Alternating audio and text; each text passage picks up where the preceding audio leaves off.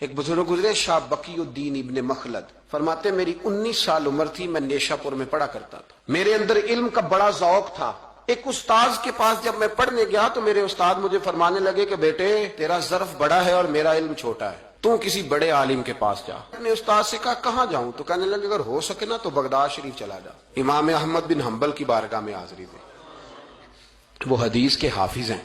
آج بھی آپ ان کی مسند امام احمد دیکھیں، جو حدیث کا طالب علم ہوتا ہے اسے مزہ آ جاتا ہے پڑھنے پر۔ کیا بات ہے امام احمد بن حنبل کی، انہوں نے اللہ نے اعزاز دیا کہ آج بھی مکے اور مدینے میں امام احمد بن حنبل کے مذہب پر فتویٰ دیا جاتا ہے، وہاں کے لوگ حنبلی کہلاتے، اتنی اللہ نے انہیں شان عطا فرمائی۔ کہتے ہیں میں نیشاپور سے نکلا جب تو بحری رستے کے لیے میں آنے لگا یہاں، جب جہاز میں بیٹھا نا تو رستے میں طوفان آ گیا، طوفان اس تیزی کے ساتھ آیا اور اتنے دن جاری رہا کہ ہمارے جہاز کی سمت ہی بدل گئی، ڈائریکشن ہی بدل گئی، گویا جانا ادھر تھا تو جہاز کا منہ ادھر ہو گیا۔ فرماتے جا کے کسی کنارے ہم اترے، یہ دیکھیں جو لوگ طالب علم جاتے تھے، فرماتے وہاں جا کے اترے، وہاں پتہ چلا کہ جس جزیرے پہ ہم اترے ہیں یہاں سے اگر پیدل جائیں گے تو 1.25 مہینے میں بغداد پہنچیں گے، اور فرماتے ہیں کہ پیسے بھی کوئی نہیں، ختم ہو گئے۔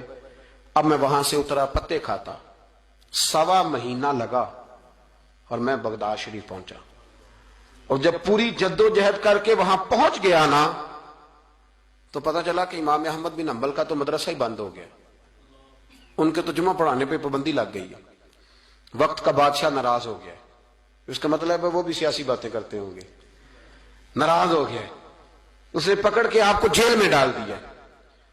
تو امام صاحب تو پڑھاتے ہی نہیں، فرماتے میں اب تلاش کرنے لگا کہ مجھے پتہ چلے امام صاحب کہاں قید ہیں۔ بتایا گیا کہ ان کو ان کے گھر کو جیل، سب جیل قرار دے کے نظر بند کر دیا گیا، اور گھر کے چاروں کونے میں پولیس کھڑی ہے۔ امام احمد بن حنبل رحمۃ اللہ تعالی علیہ کے وہ شاگرد شاہ بقی الدین صاحب فرماتے ہیں کہ میں جب وہاں پہنچ گیا، وہاں پہنچ کر کے میں نے لوگوں سے کہا کہ تم نا قریب نہ جانا، بس مجھے بتا دینا کہ امام صاحب کا گھر کہاں ہے۔ تو کہتے ہیں ایک شخص نے مجھے کہا کہ میں انگلی کا اشارہ نہیں کروں گا، آنکھ کا اشارہ کروں گا، کیونکہ حالات بڑے خراب ہیں۔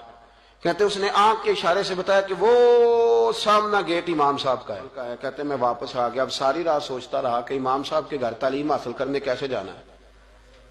فرماتے ہیں پھر مجھے ایک تجویز سمجھ میں آئی، صبح جب میں نے اٹھا تو میں نے سر سے پگڑی اتاری، اپنے بالوں میں ہاتھ ڈال کے بال بکھیر دیے، چاروں جانب بکھر گئے، زلفیں رکھی ہوئی تھی۔ فرماتے ہیں پھر میں نے اپنی قمیض کو تھوڑا سا ایک جگہ سے پھاڑا، تھوڑا سا دوسری جگہ سے پھاڑا، ٹخنوں کے قریب کر کے کہتے ہیں میں نے جا کے تھوڑی سی تہمت کو بھی پھاڑا، ہاتھ کے اندر میں نے کاسا پکڑا جیسے فقیر مانگنے والے پکڑتے ہیں۔ اب تو فقیر کہتا نا اللہ بھلا کرے، اللہ بھلا کرے، تو اس زمانے میں کہتے تھے اجرکم علی اللہ، اجرکم علی اللہ، تمہیں اللہ اجر دے، تمہیں اللہ۔ کہتے ہیں یہ وظیفہ میں نے اچھی طرح پکایا، نظریں میں نے جھکا لی، پھٹے پرانے کپڑے پہن کے نا تو بغداد کی گلیوں میں، بغداد کی گلیوں میں تیری تلاش میں پھرا میں جنگل، پہاڑ اور دشت میں۔ کہتے ہیں بغداد کی گلیوں میں کبھی ادھر کبھی ادھر، میں نہ وہ لیے نہ کاسا، میں گھوم رہا ہوں پھر رہا ہوں، تینوں لب دیا آپ گواچے۔ کہتے ہیں میں ڈھونڈتا پھر رہا ہوں مجنو بن کے وچ بازاراں، کدی ککھاں وانگ رلائے، کدی کہایا کنبا سارا، سر نیزے اتے چڑھائے، آزم یار مناؤن دی خاطر اساں کی پیس وٹائے۔ فرماتے ہیں کہ وہ کاسا لیے تو میں نکلا، سپاہی کھڑے تھے، ان سے بھی میں نے کہا اجرکم علی اللہ۔ کہتے ہیں ایک دینار انہوں نے بھی میرے کاسے میں ڈالا۔ پھر امام احمد بن حنبل کا دروازہ آیا تو میں نے دروازے پہ کھڑے ہو کہا اجرکم علی اللہ، اجرکم علی اللہ، اجرکم علی اللہ۔ کہتے میرا جوش ہی بدل گیا۔ امام صاحب نے جھٹ سے دروازہ کھولا، خوبصورت امامہ اور خوبصورت چہرہ، کہتے ہیں ان کا چہرہ دیکھا تو میرے آنسو ہی بہہ گئے، اور امام صاحب نے جب 1 دینار میرے پیالے میں ڈالا تو میں رو پڑا۔ میں نے کہا بغداد کے بادشاہ، او میرے محبوب کے علم کے وارث، میں بھیک مانگنے نہیں آیا، میں تو رسول اللہ کی حدیث سننے آیا ہوں، مجھے نہ آپ نے خیرات نہیں دینی، بس مجھے ایک حدیث میرے نبی پاک کی روز پڑھا دیا کریں، ایک حدیث، ایک حدیث۔ یہاں تو ہر جمعہ پڑھائی جاتی ہے نا، وقت نہیں ہوتا، لوگ دیر سے آتے ہیں۔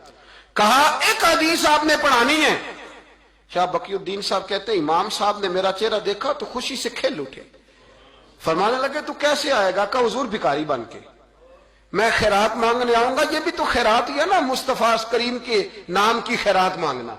حضور آپ نے ایک حدیث پڑھانی ہے، سنیں۔ شاہ بقی الدین کہتے ہیں میں پورا سال بھکاری بن کے جاتا رہا، یہ جذبہ، یہ شوق، پورا سال بھیک مانگنے کی غرض۔ یہاں تو ہمیں اپنے علماء میں کمزوریاں نظر آنے لگ جائے گا، سب ٹھیک ہے جی، وہ ایک بات نہیں ٹھیک، لہذا چھٹی، میں اب خود بہت بڑا محدث ہوں، مجھے کیا ضرورت، یہ کمزوری ہے۔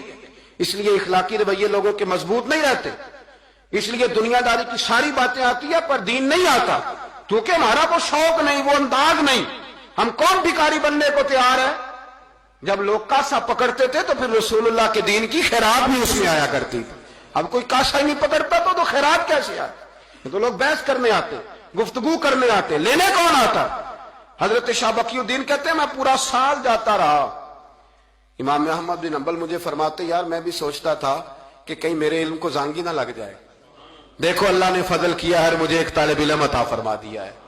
فرماتے ہیں پورا سال میں جب ان کے دروازے پہ جاتا تو ایک دھیلا بھی ڈال دیتے اور مصطفیٰ کی ایک حدیث بھی سنا دیتے، اور فرماتے ہیں دنیا ساری پڑھتی ہے پر ہمارے پڑھنے کا استاد انداز یہ تھا کہ استاد پہلے امامہ باندھتے، جبہ پہنتے، اور اس قید میں نظر بندی کے عالم میں جب وہ نبی پاک کی حدیثیں سناتے تو ان کی آنکھیں آنسوؤں سے بھر جاتی، وہ روتے ہوئے تڑپتے ہوئے حدیث سناتے، اور میں بھی اسی درد سے وہ بات وصول کرتا۔ فرماتے ہیں سال گزر گیا، حکمران مر گیا، فوت ہو گیا، نیا بادشاہ آیا، اس نے خود امام احمد بن حنبل کو بڑا مدرسہ بنا کے دیا، اس نے بڑی جامع مسجد میں امام صاحب کے خطبہ جمعہ کا بندوبست کیا۔ فرماتے ہیں ہزاروں طالب علم کئی ملکوں سے امام صاحب کے دروازے پر آ کے بیٹھنے لگے۔ فرماتے جب میں بھی پہنچا نا تو امام فرمانے لگے تو ذرا آگے آ جا۔ کہتے میں آگے آیا تو فرمانے لگے بھی علم تمہیں بھی دیتا ہوں، تمہیں بھی پڑھاؤں گا، مرتے دم تک پڑھاؤں گا، پر جو میرے اندر فیض کی خیرات تھی نا وہ ساری اس نے حاصل